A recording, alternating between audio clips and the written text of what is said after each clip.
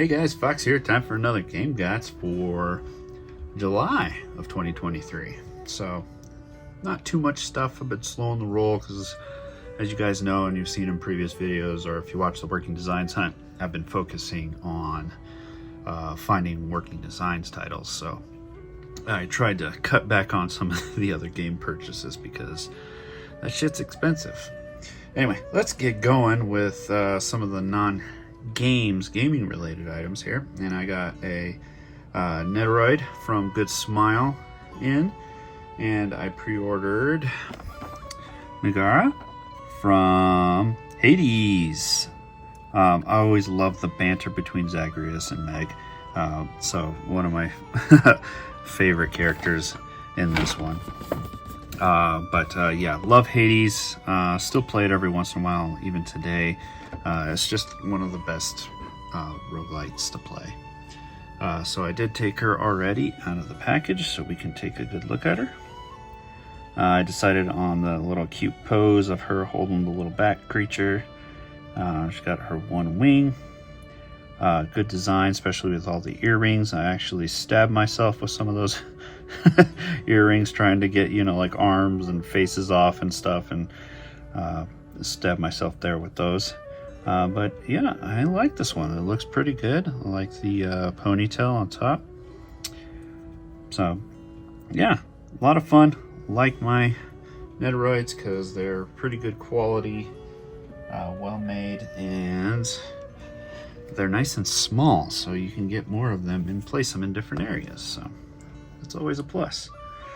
Picked up a manga I did not see before for Persona 5, so there's quite a few of them now, but it's this one here, a la carte, and apparently this has just like 5 short stories, I believe, featuring the Persona cast. So I'm looking forward to reading this one, and I will probably do so somewhat soon. I'm almost caught up with Spy Family, which is what I'm reading right now, and then I'll get into some of my Persona mangas. But yeah. Next is another vinyl from my vinyl collection. I know I don't have a record player yet, but I think that's okay. It's okay to build up some vinyl to actually listen to when you just finally decide on purchasing at least a decent player. So I'm looking at a few tables. There's a U-turn that I'm looking at, and a really well-reviewed Sony table that's very budget-friendly, but apparently it's pretty damn good. So anyway, onto the vinyl I picked up, and that is Streets of Rage 4, and specifically the Mr. X Nightmare DLC one. Streets of Rage 4 soundtrack is pretty badass, especially if you like that old 90s synthwave techno feel. It's pretty cool. So here's a track list for you. Encore is always a good track, but yeah, excited to have that. Alright, let's get on to some games here. I picked up one Neo Geo Pocket Color game. I got it for a really good deal. Otherwise, I usually don't pick up loose titles for the Neo Geo Pocket. I will wait until I find a complete copy because I really enjoy the boxes and the manuals and the presentation of the Neo Geo Pocket North American games. Anyway, so I got this for $15, so I figured that was a pretty good deal. And it's Neo Geo Cup 98 Plus. Yeah, a soccer game. Yep, I'm not much of a soccer guy, but some of those arcade-style games are pretty fun. I've got 2 Game Boy games here that I didn't have in my collection that I found out in, I guess I'll call it the wild. It's just some retro stores, a couple frequent ones that I went to. And this one I found up in Denver, and it is Crystal Quest. I haven't played this one. I'm pretty sure this looks like it's probably some type of puzzle game. So, yeah, I'll give it a shot. Throw it in the analog pocket and give it a play. And also, with the manual, I didn't even take it out. It's a little baggy. Was a uncommon to rare title I saw for the Game Boy at a local store here in the Colorado Springs. And that one is World Heroes Jet 2. Can't forget the 2. This is really hard to read, but yeah. Takara game. I have yet to play it. I'm not even sure what it's about. I wasn't even tracking a lot of info on this game at all. I had to look it up just to see it and see if the store was selling it at a good value, especially when it comes with the manual here. But yeah, if any of you guys know more about this title, yeah, let me know, because I'm pretty lazy and sometimes don't always get to play the games that I want pick up right away. I'll usually get to them a little bit later, or when I'm in the mood to play through a few Game Boy games, I'll do it then. Anyways, that one was really cool to find, and the store owner gave me a pretty good deal on that at $60 with the manual, so can't argue with that. On another note, though, I did pick up some manuals at the same place. I did not have the Pac-Man manual for Game Boy, and for NES, I picked up a Blaster Master manual, and I have what I thought was pretty much a complete copy of Deja Vu on the NES, but I didn't know or was aware that I was missing the hint book. So this was cool to find and got it pretty cheap, so happy to add that to actually complete that game, I believe. I got one more retro-ish game, and this one's pretty interesting. As you guys know, I'm big onto working designs, and when working designs fell through, Victor Ireland moved on and made another company called Gaijin Works. Didn't do a lot there, but he did publish a few games over here in the States. And one of the first ones he did was inside this cardboard box here. You flip it over, has this guy saying, "Open quickly so we soon may make battle with much sweatiness." Wow, I struggled through that, sorry. So there's the characters, and I'll pop it open here. And that game is Summon Night 5 on the PSP. And this sucker is sealed. I've been had a watch for this game for quite a while on eBay, and I was just looking for a complete copy of this, you know, with the extras here, and I'll show you in just a second. And to add to the collection, because these Gaijin Works kind of followed suit, you know, what Victor Ireland liked to do with his publishing company here in North America. So very cool. I haven't really played a Summon Night game, but I'm pretty sure it's a strategy, like a tactical game, where you obviously summon a bunch of different characters and use them in battle. He also did Summon Night 6, which I do have a game-only copy of that, and that was on the Vita, I believe. I don't know if it was on another system or not. It might have been. Anyways, the other thing it came with was a soundtrack.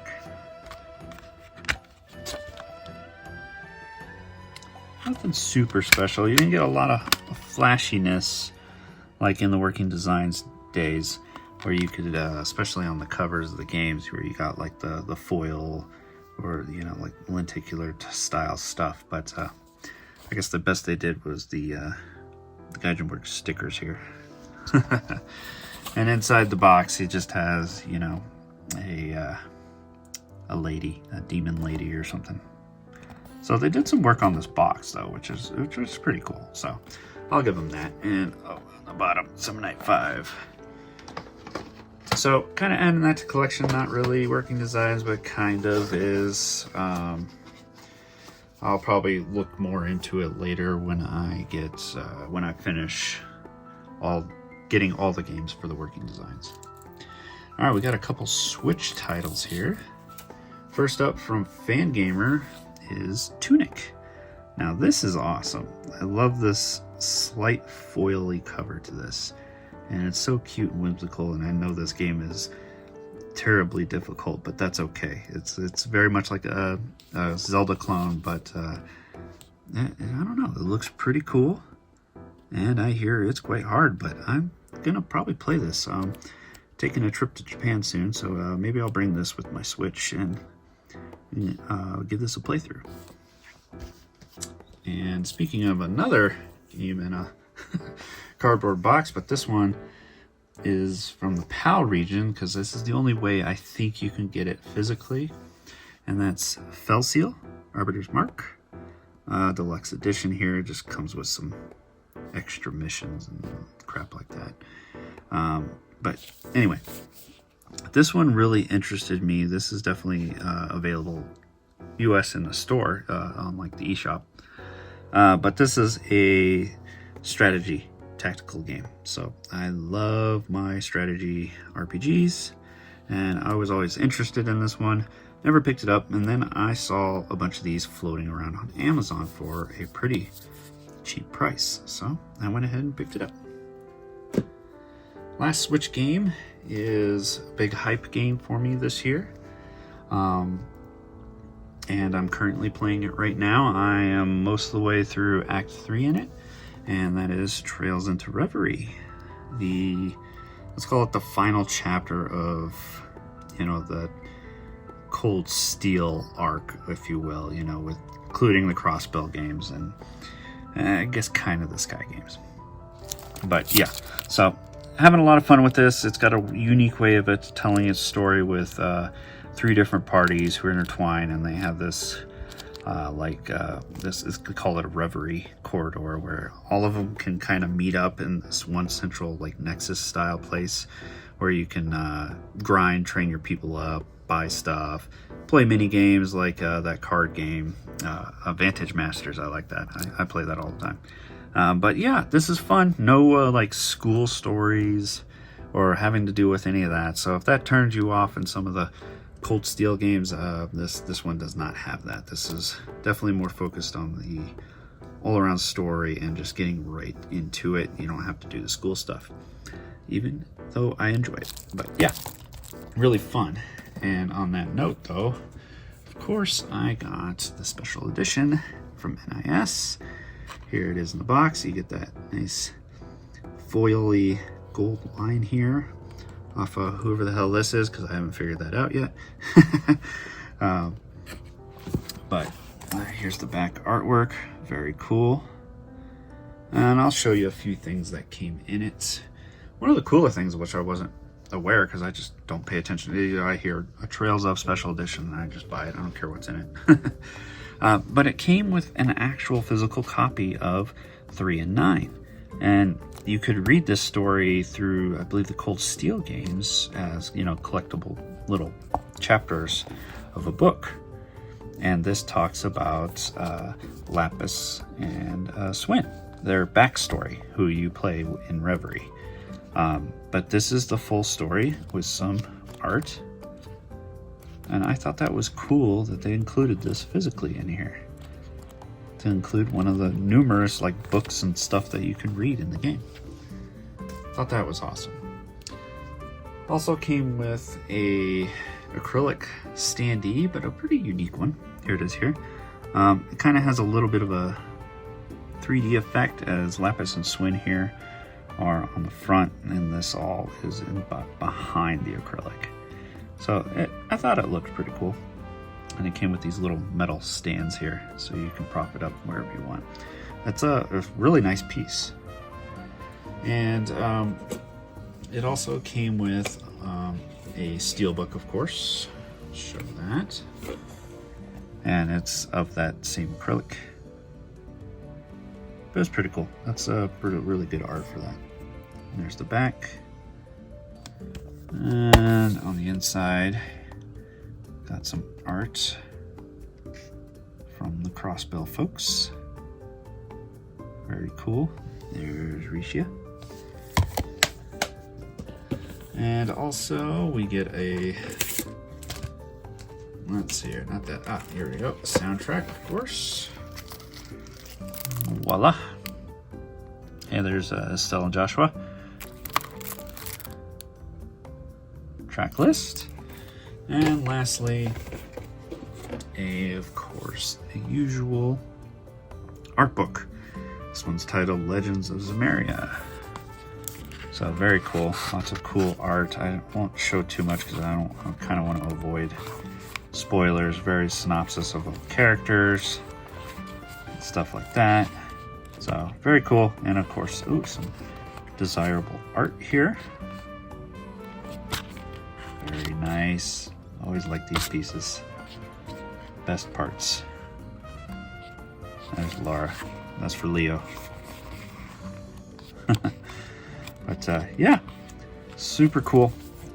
Love it. Love my trails. So very excited. Very much enjoying it. Very addicted to it. So the plan is to hopefully finish that game before the end of August because Sea of Stars comes out. So that's very exciting. Anyways, guys, hope you enjoyed watching this Game Guts. Thanks for watching.